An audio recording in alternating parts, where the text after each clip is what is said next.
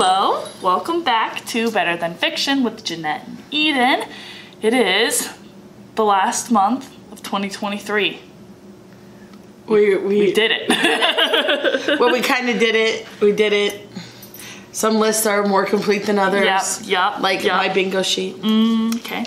All right. Well, how do you do this month? Because I did not do very well. I read a lot. I just did not particularly always read off my list. Yeah. So I did complete the last two books off my bingo sheet. So I had an LGBTQ plus book and a Christian fiction to pick up. Yeah. So if you haven't just been browsing the shelves, my Christian fiction book was the beginning of a series called Sister Chicks. And the first in the series is Sister Chicks on the Loose. It was humorous. It really is a beautiful story of friendship and faith. Highly recommend. I don't know if I'll read others just because I think each story just tells about another one of their adventures. I enjoyed the first one, but if you are a series reader, I would recommend that. Okay. The other was Pony Boy by Elliot Duncan. This was on The International Booker. Nope. National Book Award. National Book Award list. Too many lists. It does have an Iowa connection, but be prepared for some really harsh realities in this book. If you have a little bit of a dark cloud or feeling a little blah, absolutely do not pick up this book. It was on the short list. It did make the short list, but it did not win.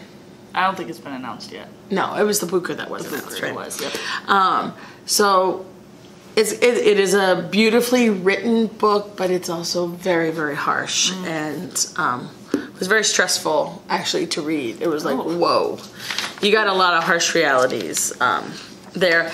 And while I didn't complete the book I was, quote, supposed to read, I read lots of others. Yeah. So my nonfiction, again, I read others, not the one that I was going to read. I really, really recommend for all ages Free Lunch by Rex Ogle. This was on the young adult, on the list for the young adult for the for some multiple lists for the young adults. This is just a reminder, one, that, you know, as adults we got to remember not to shame kids. That sometimes our best intentions feel really bad or open up wounds or areas for other kids to bully them. And for kids, some kids are going to find that they really connect with this kid who doesn't have a great home life. This, remember, is a biography. This is not fiction. Doesn't have a great home life, grew up with the free lunch program, and well-intentioned folks that sometimes they have forgotten what it's like to feel different from everyone else. Sure.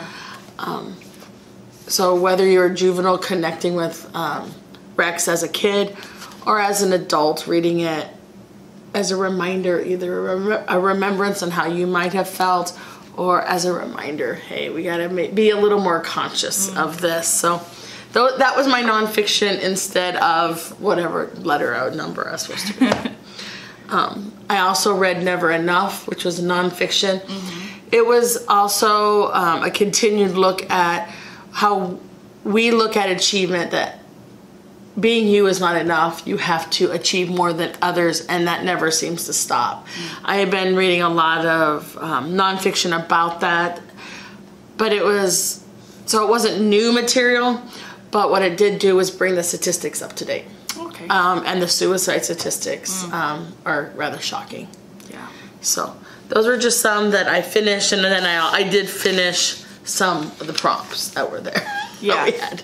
Well, you had your book prompt of read a recommended book, and you read one I recommended. Yes, I read Piranesi. She talked about that last month. I did not read my number book, which was The City of a Thousand Gates. I started it and going, I'm not sure if this is for me. And I started it again. I want to finish it. It just was a little heavier than I wanted to be over the holidays. Yep. So it's still checked out to me because I will read it this month. I did read my prompt, which is read a book that was recommended. Yep. So I did pretty well overall. I just read other things. Yeah. I was bogged down by 2 big books this month. For those Fourth Wing fans out there, Iron Flame came out, and that is a big book with tiny text. So, and that took me some time to get through. So I got that, and then my book prompt, or my number was the first book of the Crescent City series by Sarah J. Maas, which is also just very big, short of 800 pages. It's a big one. As of recording this, I have not finished it yet, but I've got like 200 pages left, so I'll get there. But I haven't finished it yet. I have the second one in hand to pick up another big one. So I look forward to reading this next month. Great cover. I know, fantastic covers. Good stuff. And then my book prompt, I read one that Jeanette recommended me. I read What You Are Looking For Is in the Library, or in a library. In the library. In the library. The author name is escaping me. It's a Japanese writer. Yeah. Fantastic little short stories about patrons of this library. They're all patrons by accident as well, and just beautifully written. It makes you feel, as a librarian, like cozy, and that like validated that we're doing a good job no matter what we're doing, and how it's needed, and you may not recognize it.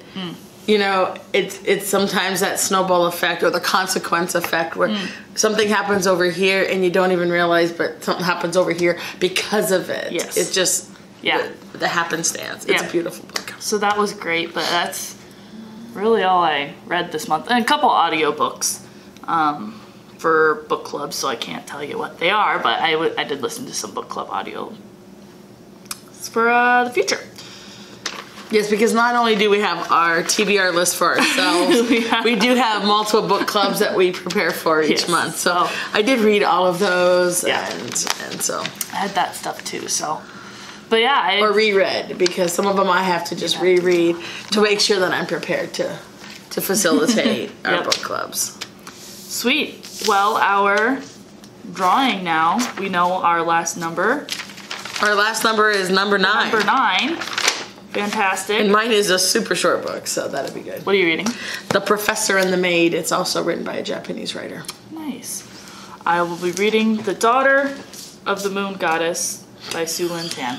Again, it's kind of a... I don't know, compared to her other books, it is small. No, most people would not think so. No, yeah, I mean, it's still... Mine is very small. 500, but the text is nice size, so that's good. That's what I'll be reading. I don't think I'm going to read a nonfiction for December. I just know myself, that's not what I want to read in December, so I'm not even going to pretend to pick one out. Well, you know, if it does happen, I'm like that as well. That is, I don't have the time to really concentrate. If I do read nonfiction, it's going to be because, oh my gosh, this new book came in and I cannot put it on the shelf till I read it. Yeah. And if that's the case, then I'll read it. But other than that, unless it's something I can't wait, it'll be fine. Yep. And then, do you want to pick our last book prompt for the year? All right, our last one is a book that takes place in or near a forest. All right. All right. That's a specific Well, one. darn, I wish it was last month because we did Inverted Forest for one of our book clubs that we actually will be discussing on December 10th. Book. So if you want a book that takes place in or near a forest, I really highly recommend Inverted Forest, which the Sunday Book Club has read, and because that club was shifted to December, it is December 10th. A forest. Huh. Lots of historical fiction fits that. Yeah. I don't know if I have any on my list, though. I have Thistlefoot that you DNF'd earlier this year. Is that in the forest? Baba Yellow Legs. Yeah, because if you, I DNF'd that one. The story that the story takes place, you know, the original storytelling takes place in, I think I could in the spin mountains that. and the forest. I'm Yes. gonna spin that. All right, I think you got that. And We have exciting news about what's going to happen next year for our read prompts. We're changing it up a little bit. And just to let you know, you'll be able to pick up the sheets at the front desk. Absolutely. So we're doing something a little different. Yeah. We're excited about it. Instead of the bingo, which I failed, Jeanette succeeded. Good for her. Boo for me. I would like Eden to give me a prize for this. I think, you know. I'll figure something out, I guess. We are going to be doing a globe-trotting one. There's a square that has a country or region of the world, and you will read a book that is either written from there. Great spot to look is the Booker Award, Booker Prize. And the International Booker Prize. They have a fantastic list of not just North American authors, or European. And we do get about half of them each list. So we don't get the 100% of the list because some I just don't think people would be interested in hearing to it. But if there is, make sure you let me know. But we do get about 50% of those lists. Yep. So you can do it that route, or you can do, I want to read a book that's set in Asia, and there's my book for that. Whatever you want to do. I think I'm going to challenge myself and do books written from these different areas. And I love translated books, so that's really easy for me.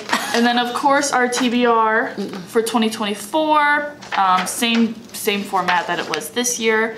And then we have 24 books for 2024, just another fun way to keep track of what you're reading. And then our book prompts, because we're going to continue with that. That was a lot of fun, pulling books for that. So you'll have the book prompt on this side that we draw each month, and then you'll write your title down. It sure beats this mess that I have on my sheet.